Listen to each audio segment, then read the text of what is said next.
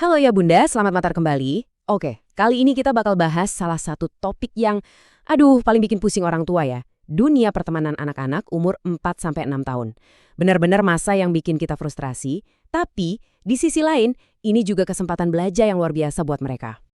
Pernah nggak sih ayah bunda mikir gini, kenapa sih anak-anak ini nggak bisa main bareng dengan akur? Pasti pernah kan? Kita lihat mereka rebutan mainan, berantem sama kakak atau adiknya, nangis kejer pas diantar sekolah. Dan kita cuma bisa garu-garu kepala. Kok susah banget ya? Kalau Anda merasa begitu, tenang, Anda nggak sendirian.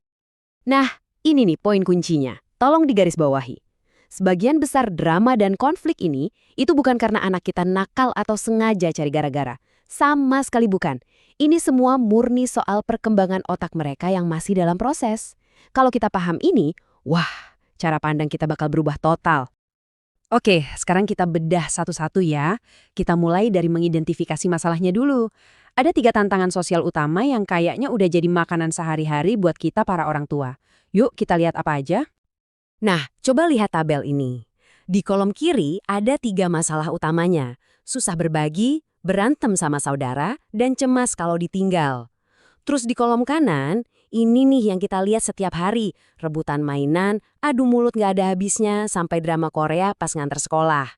Nah, yang paling penting untuk kita sadari adalah semua yang di kolom kanan ini tuh cuma gejalanya loh, bukan akar masalahnya. Sekarang kita masuk ke bagian yang paling seru, bagian aha-nya. Kita bakal kupas tuntas sains di balik semua kelakuan tadi. Kenapa sih mereka begitu? Jawabannya ada di dalam otak kecil mereka. Di dunia psikologi perkembangan. Ini dia biang kerokoknya, kalau boleh dibilang begitu. Konsepnya namanya egosentrisme kognitif dari psikolog legendaris Jean Piaget. Penting banget nih, ini bukan egois ya. Anak kita itu bukan sengaja nggak peduli sama perasaan temennya. Tapi otaknya itu secara harfiah, kabel-kabelnya belum nyambung sempurna untuk bisa memahami, oh temanku punya pikiran dan perasaan yang beda ya. Nah, kalimat ini ngena banget. Bagi mereka, rasanya seperti kehilangan mainan itu selamanya. Coba bayangkan, pas kita bilang, ayo dong pinjemin sebentar, konsep sebentar atau nanti dibalikin itu buat mereka tuh abstrak banget. Di kepala mereka, saat itu juga mainan kesayangannya hilang, lenyap, selamanya. Ya pantas saja kan reaksinya bisa seheboh itu. Oke, lanjut ke drama kakak adik. Kita sering banget kan kejebak di pertanyaan, siapa duluan yang mulai? Padahal seringnya mainan itu cuma pemicu, cuma alat. Akar masalahnya adalah kompetisi untuk mendapatkan sumber daya paling langka dan berharga di rumah, yaitu perhatian kita, orang tuanya. Dan ya, berantem itu cara paling cepat dan efektif buat narik perhatian kita. Terus, gimana soal tangisan drama pas pisah di sekolah? Menurut teori dari John Bowlby, ini justru pertanda baik loh, serius. Itu artinya anak kita punya ikatan yang kuat dan sehat sama kita. Kita ini rumahnya, pelabuhan amannya. Jadi wajar banget kalau mereka cemas waktu harus menjauh dari kita. Itu bukan manipulasi ayah bunda, itu bukti cinta. Oke. Teorinya udah dapat nih. Kita udah ngerti kenapanya. Sekarang yang paling penting, gimananya? Gimana cara kita merespon semua ini dengan cara yang positif dan membangun, bukan malah menghukum. Yuk kita masuk ke strategi praktis yang bisa langsung dicoba hari ini. Tips pertama, dan ini mungkin terdengar sepele tapi efeknya besar. Ganti kosakata kita. Coba deh, lupakan dulu kata berbagi. Itu abstrak banget buat anak-anak. Ganti dengan kata bergiliran. Kenapa? Karena bergiliran itu tindakan nyata, konkret, bisa diukur, jauh lebih gampang dicerna sama otak mereka. Terus gimana cara ngajarinnya? Gampang, ada 3 langkah. 1, jangan pernah dipaksa atau direbut mainannya. Itu cuma bikin mereka makin merasa kehilangan. 2, kasih mereka sedikit kontrol. Bilang aja, oke, kakak boleh main 5 menit lagi ya. Setelah itu giliran adek.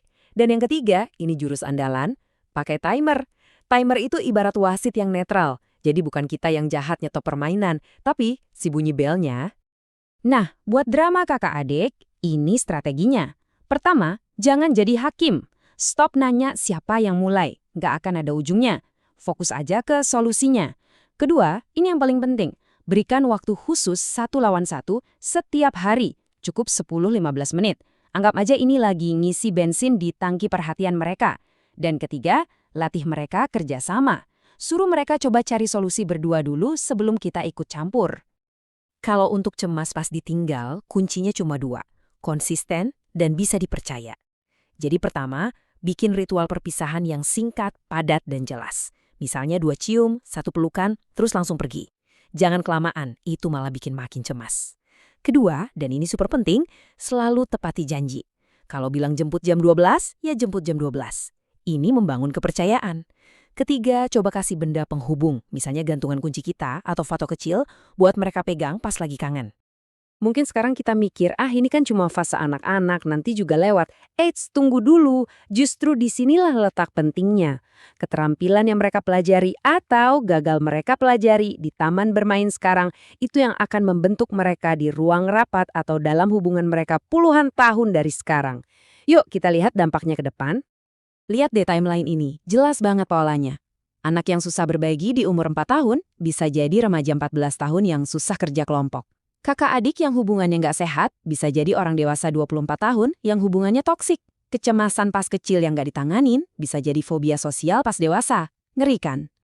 Jadi intinya begini, kalau kita nggak bimbing mereka melewati tantangan-tantangan ini, kita tanpa sadar membiarkan mereka tumbuh jadi orang dewasa yang ya susah kerjasama, susah punya hubungan sehat, dan gampang baperan kalau dikritik. Kenapa? Karena mereka belum benar-benar menguasai yang namanya theory of mind, kemampuan dasar untuk paham kalau orang lain itu punya pikiran dan perasaan yang beda dari kita. Kalimat ini merangkum semuanya dengan indah banget. Prasekolah bukan hanya bermain, ini adalah laboratorium untuk belajar negosiasi, empati, dan theory of mind. Jadi, setiap rebutan mainan, setiap drama perpisahan, itu bukan gangguan. Anggap aja itu mata pelajaran di kurikulum kehidupan. Itu adalah kesempatan emas buat anak kita latihan skill sosial paling penting. Sebagai penutup, saya mau tinggalkan satu pertanyaan buat kita renungkan bersama. Gimana kalau kita berhenti melihat setiap konflik sebagai masalah yang harus segera dihentikan, tapi mulai melihatnya sebagai pelajaran yang harus diajarkan? Kalau kita bisa mengubah peran kita dari wasit jadi pelatih, kita nggak cuma akan lebih waras melewati masa-masa ini, tapi kita juga sedang membekali anak kita untuk jadi manusia yang sukses dan bahagia di masa depan.